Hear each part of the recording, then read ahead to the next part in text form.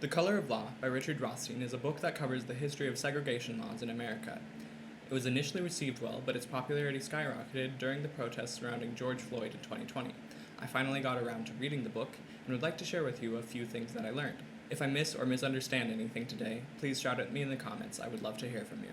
Side note, I do not speak on behalf of anyone who is African American or otherwise. If you wish to support the Black community, I suggest you go to the Movement for Black Lives website, and if you wish to learn more, I suggest you pick up the book or go to Crash Course and watch their series on Black American history. Also, all information, every case, statistic, and study came from Richard Rothstein's hard work. Every example I use comes from The Color of Law, and a good amount of it is paraphrased. The only contributions I have made are some rewording, reordering, and adding a touch of my own opinion. That said, his words will forever now be my words, as we only ever have the words that we read. Thank you, Richard, for all your wonderful work. And with that, we begin. In 1934, FDR created the Federal Housing Administration in order to help lower middle-class families purchase homes. The FHA insured loans, protecting banks if buyers were to default. For both home buyers and companies trying to develop housing, with this protection, banks were much more comfortable issuing loans. As an agency, the FHA had rules and regulations for loan insurance approval.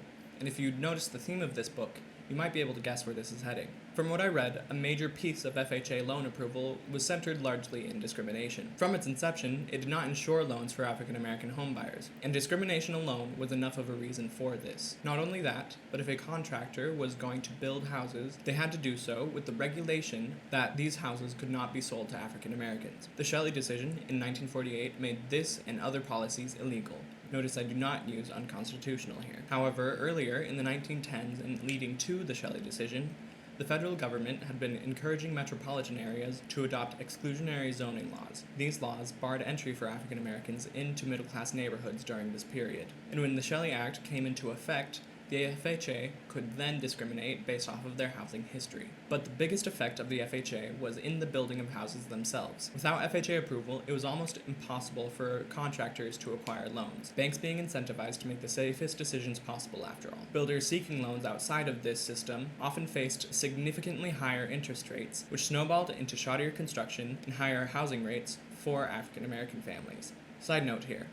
The FHA introduced something called amortized loans. This was a new type of loan that meant home buyers could pay off the principal and interest rates in the same payment. In effect, they began to partially own their home over time. And this is still in practice today. Since the FHA did not insure their loans, banks would sell homes on contract. A practice that meant homebuyers would not own anything until the end of the contract, and if they missed a single payment on the way, it was grounds for immediate eviction. To make matters worse, banks sold homes at extremely inflated prices. The housing shortage for African Americans was created by contractors not being able to get funding for their projects. The system was effectively a monopoly, and banks could charge African American homebuyers whatever they wanted. To avoid missing payments, African Americans would double and triple up in homes, and so much money was being squeezed out of them that maintenance of the property was entirely out of question.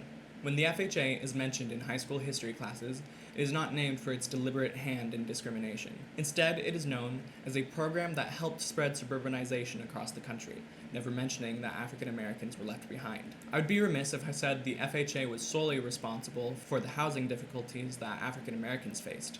In truth, and what was extremely clear from Richard's writing, it was the PWA, the HOLC, the VA, and every other agency in FDR's New Deal. These acts of long-lasting discrimination were not possible by individual groups, but made so by the alphabet soup of a system working against them.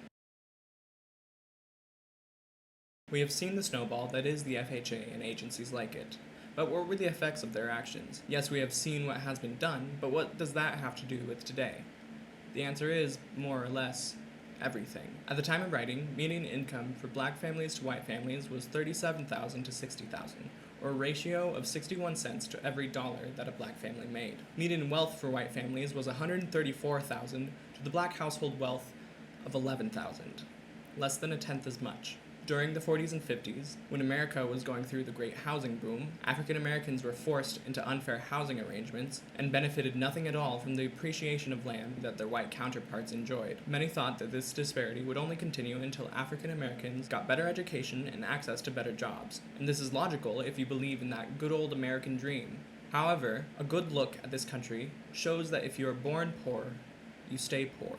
Yes, you are living a better life than your grandparents had, but relative to the rest of the country, you would still be in the lowest bracket. In a truly equal opportunity society, you'd expect people in the higher income brackets to come from the lower ones. But how it goes is if you were born in the bottom fifth of the income spread, you only have a 30% chance of making it to middle class or higher. Around 40% of the time, you are staying in that bottom bracket. And that's if you're white. Even if income and wealth mobility were more fair like the American dream hopes to be, income was still deliberately suppressed for African Americans. Indentured servitude, a continuation of slavery, wasn't officially outlawed until 1951.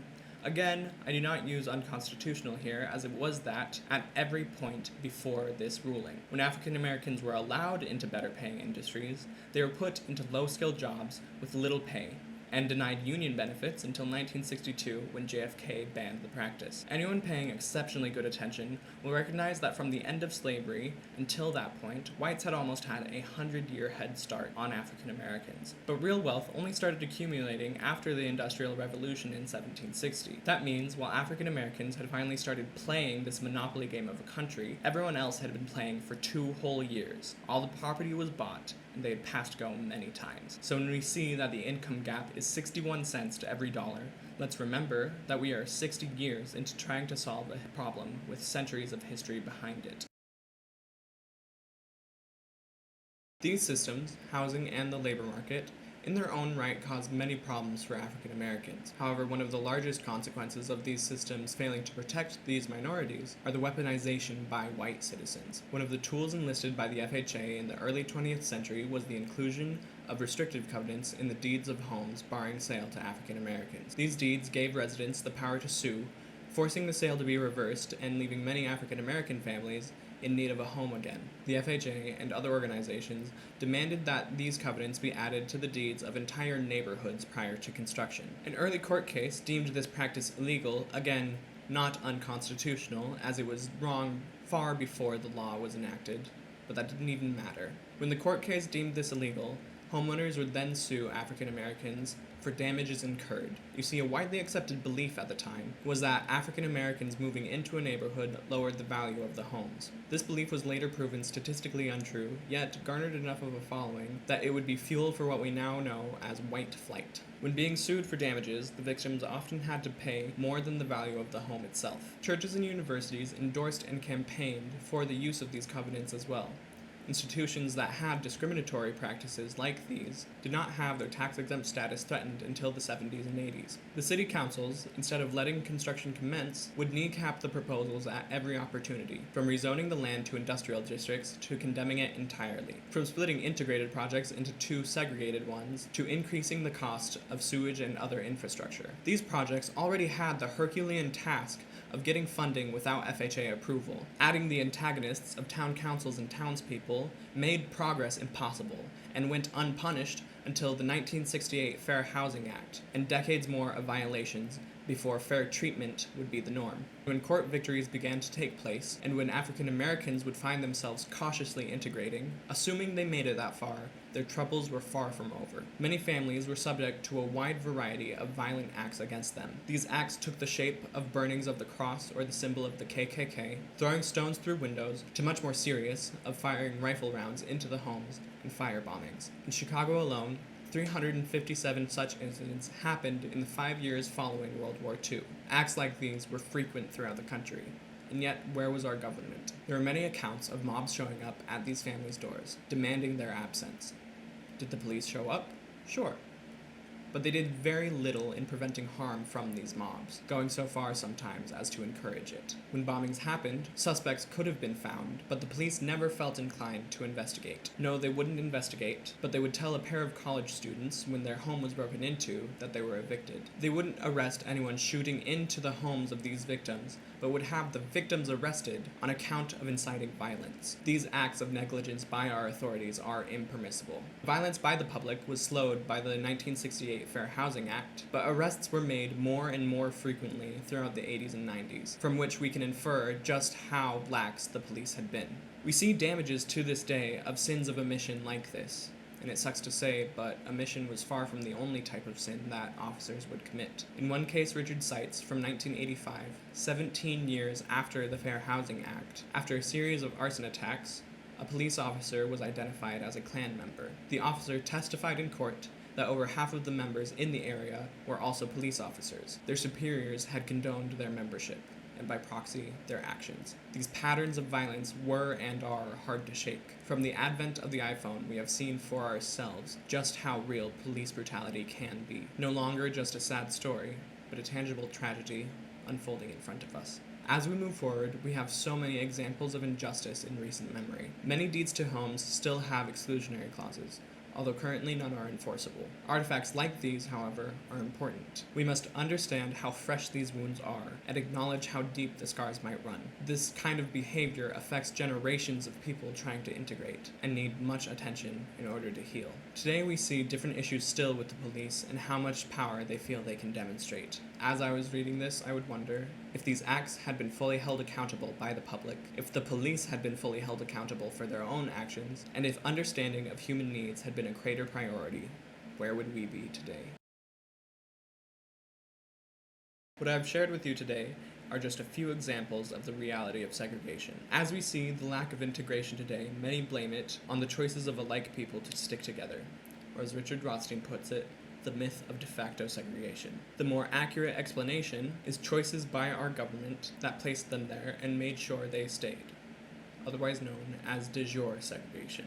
We learned of the FHA, an agency that made no effort in housing African Americans. We saw restrictive covenants and deeds that alienated black families. We took a look at the wealth gap between African American families and white families, and the influence of the FHA in that issue. And we looked at violence committed against this group for such a long time by both the populace and police. Richard Rothstein covers all of these topics and more in his book, The Color of Law. I was unable to cover topics like blockbusting and only touched lightly on the conditions that forced African Americans into slums. The amount of effort and care that Richard Rothstein put into his book is truly astronomical, and if you haven't already, I highly encourage you to give it a read. If you're looking for further reading, something that he suggests and one I will be picking up myself, is The New Jim Crow by Michelle Alexander. The Movement for Black Lives group is still trying to pass their law to divest funding from the police. If you wish to support the Breathe Act, go to their website and see how you can contribute. Thank you for watching. If you wish to support me, I have just made a Patreon. This is my first video, and I hope to improve the quality more and more as time goes on. Thank you again, and I hope you have a lovely day.